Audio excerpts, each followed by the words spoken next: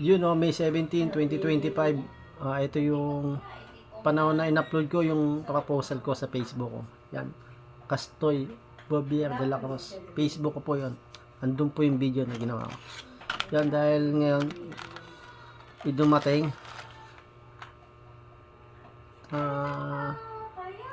dedian to ng kuting. Tsaka ito, gatas. Buksan natin. Gatas to ng kuting Titingnan ko lang. Init. May ingay kasi kaya pinatay ko kaso ang init naman.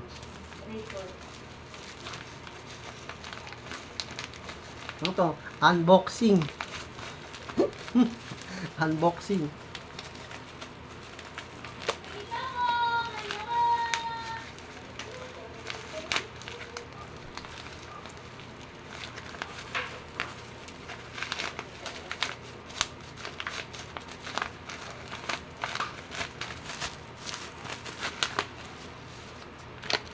Ayan siya mga kaipal. In-order ko yan sa TikTok. Yan, para sa kuting. Dalawang kuting kasi ang papadidiin ko.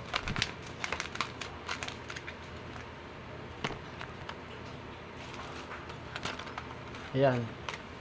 Dalawang kuting na kailangan ko ma-survive kasi nga yung nani nila, aksidente kong nasigasaan. Hindi ko po ginusto yun. Hindi ko ginusto yun mga kaipal. Kaya kailangan makabawi man lang sa magulang nila.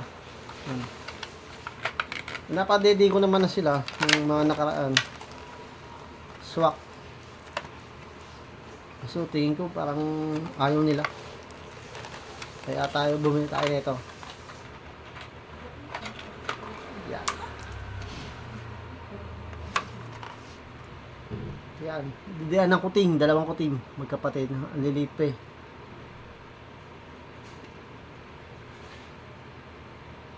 Ito. Ano siya, may panlinis pa siya.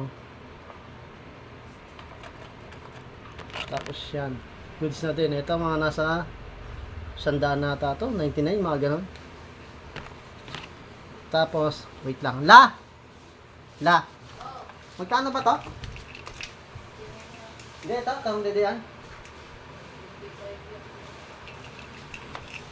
Ito, nasa 75 to. Yan, kailangan ko sila mapadede kasi hanggang sa lay yung tuluyang makakain para ma-survive ko yung dalawang kuting na aksidentong nasagasaan yung mama nila. Kawawa naman. Hindi pa talagang nakakaano sila talagang nakakadede ng maayos. Kailangan ma-survive ko yung dalawang kuting. Pambawi. Masaklap noon yung kuting, yung pusang yon. Pag kumakain ako sa labas, kahit dito sa bahay, sinapasalubungan ko pa sila. Tapos yung bandang huli, masasagasaan ko lang din pala. Yung iba yung nasagasaan sa nasagasaan ko. Hindi ko po sadya. Ayun mga kaepal, sa puso ko hindi ko sadya. Kaya talagang nalungkot din ako. Ayan lang, shinare ko lang ang aking dumating na parcel.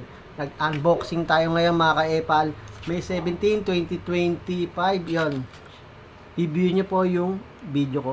2 taon na po simula nang nag-propose ako sa aking mahal na asawa. Nasa Facebook ko po yan. Castoy Bobier de la Cruz. Shop.